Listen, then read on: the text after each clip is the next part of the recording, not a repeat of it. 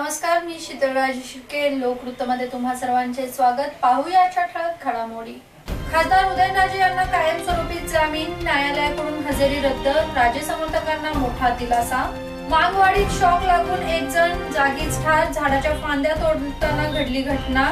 छोट्या मोठ्या विक्रेत्यांचे फुटपाथवर अतिक्रमण, साताऱ्यातील फुटपाथ हरवले की काय असा प्रश्न. केसरकर पेठेत वृद्ध महिलेचा निर्घुण खून, परिसरात घबराटीचे वातावरण. मोडक्या खुर्च्या टेबलांना नवसंजीवनी, मुख्य कार्यकारी अधिकाऱ्यांनी सोडलाय टाकाऊपासून टिकाऊचा संकल्प. गर्ल्स हायस्कूल वाई येथे मुलींना शालेय साहित्यांचे वाटप. लोणंद खून प्रकरणातील दोघांना साताऱ्यात अटक. आणि यंदाच्या गणेशोत्सव भव्य मूर्तीचे राहणार आकर्षण, पर्यावरणपूरक मूर्तींबाबतही जनजागृती. बातमीपत्र सविस्तर. खंडणी प्रकरणी एक दिवस आड पोलीस ठाण्यात लावण्यात येणारी खासदार श्रीमंत छत्रपती उदयनराजे भोसले यांची हजेरी अखेर न्यायालयाने रद्द केली. त्यांचा तात्पुरता जामीनही कायम केला असून त्यामुळे राजे समर्थकांना मोठा दिलासा मिळाला आहे. एका उद्योजकाकडे खंडणी मागितली आणि त्याच्या हत्येचा प्रयत्न केला या गुन्ह्याखाली खासदार उदयनराजे भोसले यांच्यासह 14 जणांविरुद्ध गुन्हा दाखल करण्यात आल्यानंतर उदयनराजे तब्बल 3 महिन्यांनी स्वतःहून सातारा शहर पोलीस ठाण्यात हजर झाले होते. तेव्हा न्यायालयाने एक दिवस आड हजेरी लावण्याच्या अटीवर 2 ऑगस्ट पर्यंत तात्पुरता जामीन मंजूर केला होता. पोलिसांचा तपास पूर्ण झाला असून आता उदयनराजेंच्या हजेरीची गरज नाही असा युक्तिवाद राजेंच्या वकिलांनी केला. सरकारी वकिलांनीही जवळपास तशीच भूमिका घेतली. त्यानंतर जिल्हा न्यायालयाने त्यांची हजेरी रद्द केली तर कायमस्वरूपी जामीनही मंजूर केला आहे. मागवाडी उमरज येथे झाडाच्या फांद्या तोडत असताना शॉक लागून एक व्यक्ती जागीच ठार झाला. या घटनेनंतर संतप्त ग्रामस्थांनी मृतदेह जागेवरून हलवण्यास नकार देत ठिय्या आंदोलन केले. उमरज पोलीस व घटनास्थळावरून मिळालेल्या माहितीनुसार वसंत शिवाजी डोंगळे वय 36 राहणार मागवाडी हे माळवस्ती नावाच्या शिवारात झाडाच्या फांद्या तोडण्यासाठी गेले होते. फांद्या तोडत असताना शेजारून गेलेल्या विद्युत वाहिनीचा त्यांना धक्का लागल्याने ते जागीच ठार झाले. या घटनेची माहिती ग्रामस्थांनी तातडीने उमरज पोलिसांना दिली. उमरज पोलीस ठाण्याचे कर्मचारी घटनास्थळी पोहोचले. विद्युत वितरणाचे अधिकाऱ्यांनी घटनास्थळी येऊन पाहणी केली. या ठिकाणी असलेली विद्युत तार शॉर्ट असून तिची तात्काळ दुरुस्ती व्हावी अशी मागणी व तक्रार यापूर्वी ग्रामस्थांनी वीज वितरणाकडे केली होती. मात्र वीज मंडळाच्या अधिकाऱ्यांनी याकडे दुर्लक्ष केल्याचा आरोपही ग्रामस्थांनी घटनास्थळी केला. याबाबत भीमराव शिवाजी डोंगळे वय 45 राहणार मागवाडी यांनी उमरज पोलिसात फिर्याद देखील दिली होती. दरम्यान वीज वितरणाच्या कारभारामुळे डोंगळे यांना आपला जीव गमवावा लागला.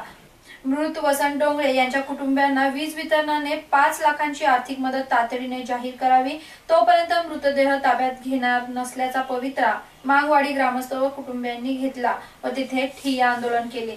दरम्यान वीज वितरणाच्या अधिकारी वायदंडे यांनी स्वतःच्या बँक खात्यातून 3,80,000 रुपयांचा धनादेश देण्याचे मान्य केले. यानंतर नातेवाईक व ग्रामस्थांनी मृतदेह ताब्यात घेतला. सध्या सातारा शहरात असा कोणताच रस्ता राहिला नाही की जिथे अतिक्रमण नाही. ठिकठिकाणी टपऱ्या, फळ विक्रेते तसेच छोटे मोठे विक्रेते फुटपाथवर बसलेले दिसतात. त्यामुळे फुटपाथ हरवले की काय असा प्रश्न उपस्थित होत आहे. सातारा शहरातील रस्त्यालगतच्या अतिक्रमणांवर कारवाई होत असली तरी पुन्हा अशी अतिक्रमणे निर्माण होत असल्याचे दिसत आहे. शहरातील वाहतुकीवर प्रचंड ताण असून रस्त्यावरून वाहन चालवणेही सकाळी व सायंकाळी मुश्किल होऊ लागले आहे. फुटपाथवरून चालणेही पदचाऱ्यांना जिकिरीचे होऊन बसले आहे. अतिक्रमणांमुळे फुटपाथ गिळंकृत केले असून मुख्य रस्त्यावरून पदचाऱ्यांना पायी चालावे लागत आहे. यामुळे अपघाताचा धोकाही निर्माण होत आहे. तसेच फुटपाथवर खोकी वाढल्याने नागरिकांनी चालायचे कोठून असा प्रश्न निर्माण होत आहे. दरम्यान दिवसेंदिवस खोक्यांच्या संख्येत भरमसाठ वाढ होत आहे. अतिक्रमणे वाढल्यामुळे शहराला बकाल स्वरूप आले आहे. त्यातच भरीसभर म्हणून तथाकथित भाऊ व दादांची फ्लेक्स दादागिरी वाढू लागली आहे. शहराच्या आउटसाइडला काही पानटपरे असून या ठिकाणी अवैध धंद्यांनाही ऊत आला आहे. परंतु सातारा पालिकेला कोणाचेही सोय सुतक नसल्याचे स्पष्ट होत आहे. सातारा येथील केसरकर पेठेत वृद्ध महिलेच्या डोक्यात दगडी वरवंटा घालून निर्घुण खून केल्याची घटना घडली आहे. या घटनेमुळे परिसरात घबराटीचे वातावरण निर्माण झाले आहे. आशा खैरमोडे वय 70 असे या महिलेचे नाव असून सायंकाळी 9 वाजण्याच्या सुमारास ही घटना घडली असल्याचा प्राथमिक अंदाज पोलिसांनी लावला आहे. तसेच ही घटना समजताच पोलीस घटनास्थळी दाखल झाले। घटनास्थळी बेडवर दारूच्या बाटल्या सापडल्या असून दगडी वरवंटा डोक्यात घालून या महिलेचा खून करण्यात आल्याचे स्पष्ट झाले आहे। दरम्यान याबाबत अधिक तपास सातारा पोलीस करीत आहेत। जिल्हा परिषदेच्या वापरात नसलेल्या साहित्याला नवीन आयुष्य मिळवून देण्यासाठी प्रशासनाने कंबर कसली आहे। जे साहित्य दुरुस्त करून वापरता येण्याजोगे आहे त्या साहित्यांना पुन्हा झळाळी दिली जाणार आहे। जिल्हा परिषदेतील अनेक विभागांमध्ये खुर्च्या, कपाटे, टेबल असे लाकडी व लोखंडी साहित्य पडून आहे। काही साहित्य विभागाबाहेरच्या जिन्याखाली अथवा पोर्च मध्ये ठेवलेले असते। तसेच खावली येथील गोदामामध्येही जुने साहित्य आढळून येत आहे। झिरो पेंडन्सीच्या कामाची पाहणी करत असताना जिल्हा परिषदेचे मुख्य कार्यकारी अधिकारी डॉक्टर राजेश देशमुख यांच्या ही बाब निदर्शनास आली। यातील बरेचसे साहित्य पुन्हा वापरता येऊ शकते हे लक्षात आल्यानंतर त्यांनी विभाग प्रमुखांना वापराजोगे साहित्य वेगळे करण्याच्या सूचना केल्या। उपमुख्य कार्यकारी अधिकारी सत्यजित बडे यांनीही सर्व विभाग प्रमुखांना सूचना केल्या। यासाठी वेगळी समिती नेमण्यात आली आहे। या समितीच्या माध्यमातून जुन्या साहित्यांना पुन्हा ऊर्जितावस्था देऊन जिल्हा परिषदेचा आर्थिक खर्च वाचवण्याचे एक स्तुत्य पाऊल टाकण्यात येणार आहे। अनेक विभागांमध्ये खुर्च्यांची कमतरता आहे। झिरो पेंडन्सीच्या कामामुळे इतरस्त पडलेले साहित्य आता नीटनेटके लावलेले पाहायला मिळत आहे। तसेच या साहित्यांसाठी कुलूपबंद कपाटे या साहित्यामधूनच तयार होऊ शकणार आहेत। वाई येथील गर्ल्स हायस्कूल मध्ये असंघटित महिला संस्था वाईच्या अध्यक्षा उषा विजयकुमार ढवण यांच्या वतीने मुलींना शालेय साहित्य तसेच गणवेशाचे वाटप करण्यात आले। उषा ढवण यांना समाज कार्य करण्याची व इतरांच्या सुखात दुःखात सहभागी होण्याची फार आवड असून त्यांनी वाई तालुक्यात घरकाम करणाऱ्या महिला, शेतमजूर, बांधकाम मजूर, वीट भट्टी तसेच भाजीपाला विक्रेता महिला व मातंग समाजातील महिलांचे संघटन करून असंघटित महिला संस्था स्थापन केली आहे। यातून महिलांना येणाऱ्या अडचणी कशा सोडवायच्या यासाठी त्यांनी पुढाकार घेतला आहे। उषा ढवण व माजी नगरसेविका शोभा रोकडे, सुजाता ननवरे यांच्या वतीने गर्ल्स हायस्कूल वाई गरीब मुलींना गेल्या 9 वर्षापासून शालेय साहित्य, वस्तू, कपडे देण्यात येत आहेत। यानंतर 10 सायकली देण्यात आल्या आहेत। तसेच संस्थेच्या मार्फत बाल संगोपन केंद्र व पाळणाघर काढण्याचा प्रयत्न आहे असे त्यांनी आपल्या मनोगतात व्यक्त केले आहे। मी असंघटित महिला संस्था अध्यक्षा श्रीमती उषा विजयकुमार ढवण। मी गर्ल हायस्कूल वाई येथे गेली 10 ते 15 वर्ष आपल्या शालेय साहित्य सामाजिक उपक्रमाच्या माध्यमातून या शाळेतील ग्रामीण भागातील होतकरू, गरजू आणि गरीब मुलांसाठी जे शेतमजुरांचे सुद्धा इथं जास्तीत जास्त मुली असतात, घरेलू कामगारांच्या मुली असतात, त्या मुलींच्यामध्ये योगदान द्यायचं आणि आमच्या संघटनेच्या माध्यमातून प्रयत्न करत असतो। इथं ह्या शाळेमध्ये गेली 15 वर्षे माझा वाढदिवस साजरा केला जातो। ही कल्पना मला प्रथमतः काहीच नव्हती, परंतु जेव्हा मी पहिलं या शाळेमध्ये पाऊल ठेवलं तेव्हा इथे एक भाषण दिलं आणि माझे त्यावेळी मिस्टर होते, पण काहीही कल्पना नसताना मी सांगितलं की नाही, मी या शाळेला आज 5 डझन वह्या देणार आहे। ही माझी सुरुवात या शाळेची होती। नंतर योगायोगाने मला सरकारी योजना माझ्या हातात आल्या आणि मी या शाळेमध्ये जवळजवळ 1 लाख ते 2 लाख रुपयाची शिष्यवृत्ती वाटप केलेलं आहे। तसंच ह्या शाळेतील मुली ग्रामीण भागातील असल्यामुळे या शाळेतल्या मुलींची प्रत्येक समस्या आमच्या संघटनेच्या माध्यमातून, माझ्या वैयक्तिक उपक्रमाच्या माध्यमातून सोडवत असते। सामाजिक कार्य करत असताना ही जी भावनिक आणि एक सामाजिक बांधिलकी आहे ही जपण्याचा आम्ही प्रयत्न करत असतो। माझ्या सहकारीसुद्धा यामध्ये सहभागी असतात। आमच्या या गरीब मुली किंवा गरजू मुली आहेत, होतकर मुली आहेत, त्यांचा सर्वांगीण विकास करण्याचं ध्येय आम्ही केलेलं आहे आणि यातूनच आमच्या शाळेचे मुख्याध्यापक बिरामने सर, याच्या आधीच्या गायकवाड मॅडम होत्या, पवार मॅडम होत्या, या सर्वांनी असं योजलं की नाही मॅडम, तुमचा वाढदिवस आम्ही आमच्या विद्यालयातच घेणार आहे। तर त्या माध्यमातून त्यांनी हा उपक्रम त्यांनीहून सुरू केलेला आहे।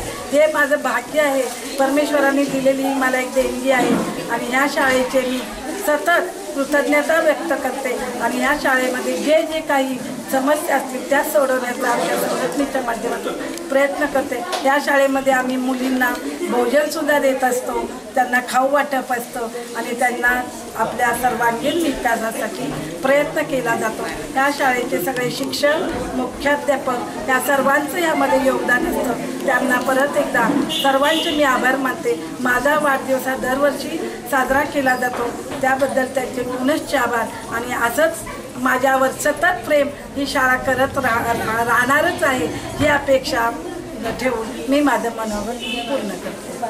लोणंद येथील इंदिरानगर येथे राहणाऱ्या सुनील उर्फ सोन्या दिगंबर कांबळे यांचा खून करून फरार झालेल्या दोघा संशयित आरोपींना पकडण्यात सातारा स्थानिक गुन्हे शाखेला यश आले आहे।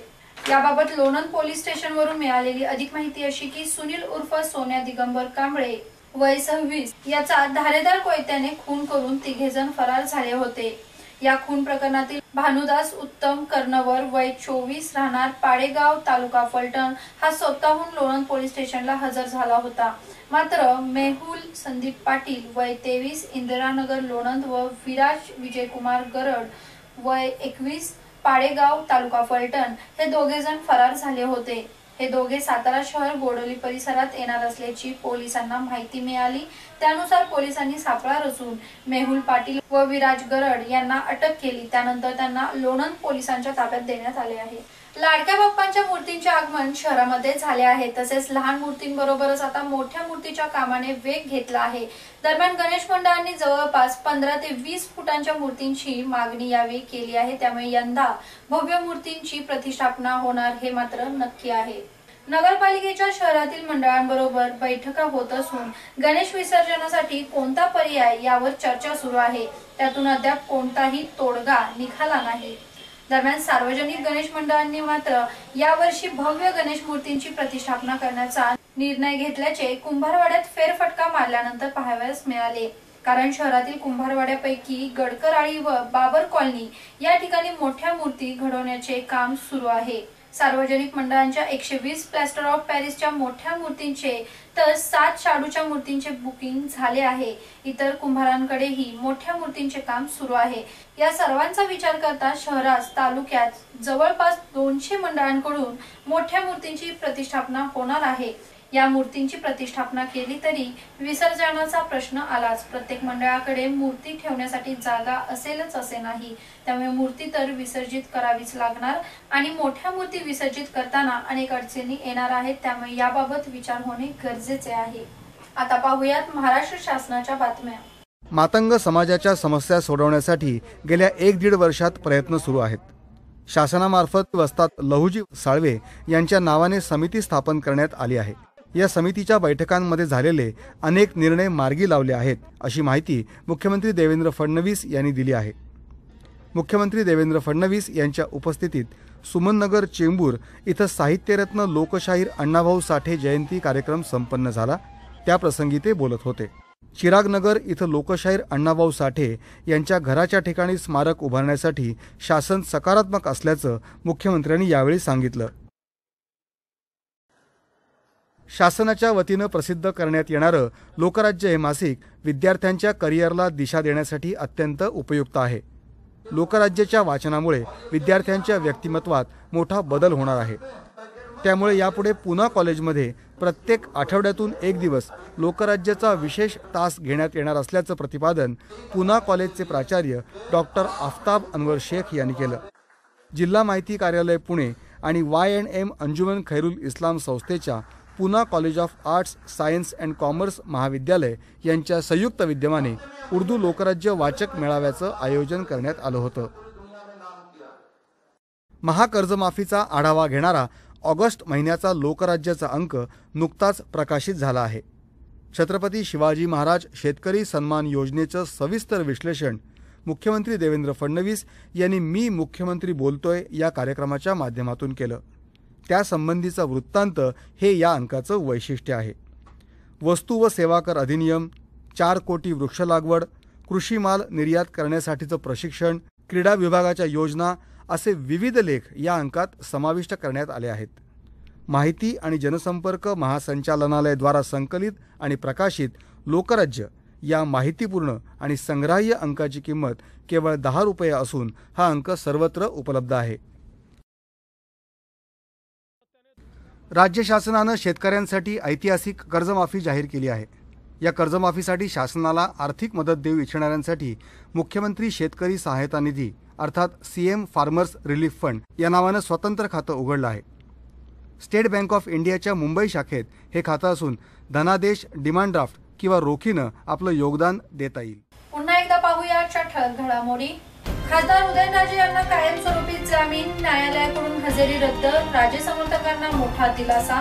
मागवाडीत शॉक लागून एक जण जागीच ठार, झाडाच्या फांद्या तोडताना घडली घटना. छोट्या मोठ्या विक्रेत्यांचे फुटपाथवर अतिक्रमण, साताऱ्यातील फुटपाथ हरवले की काय असा प्रश्न. केसरकर पेठेत वृद्ध महिलेचा निर्घुण खून, परिसरात घबराटीचे वातावरण. मोडक्या खुर्च्या टेबलांना नवसंजीवनी, मुख्य कार्यकारी अधिकाऱ्यांनी सोडलाय टाकाऊपासून टिकाऊचा संकल्प. गर्ल्स हायस्कूल वाई येथे मुलींना शालेय साहित्यांचे वाटप. लोणंद खून प्रकरणातील दोघांना साताऱ्यात अटक. आणि यंदाच्या गणेशोत्सव भव्य मूर्तीचे राहणार आकर्षण, पर्यावरणपूरक मूर्तींबाबतही जनजागृती. हे होते आजचे लोकवृत्त. उद्या पुन्हा भेटूया पुढील बातमीपत्रासह. तोपर्यंत नमस्कार.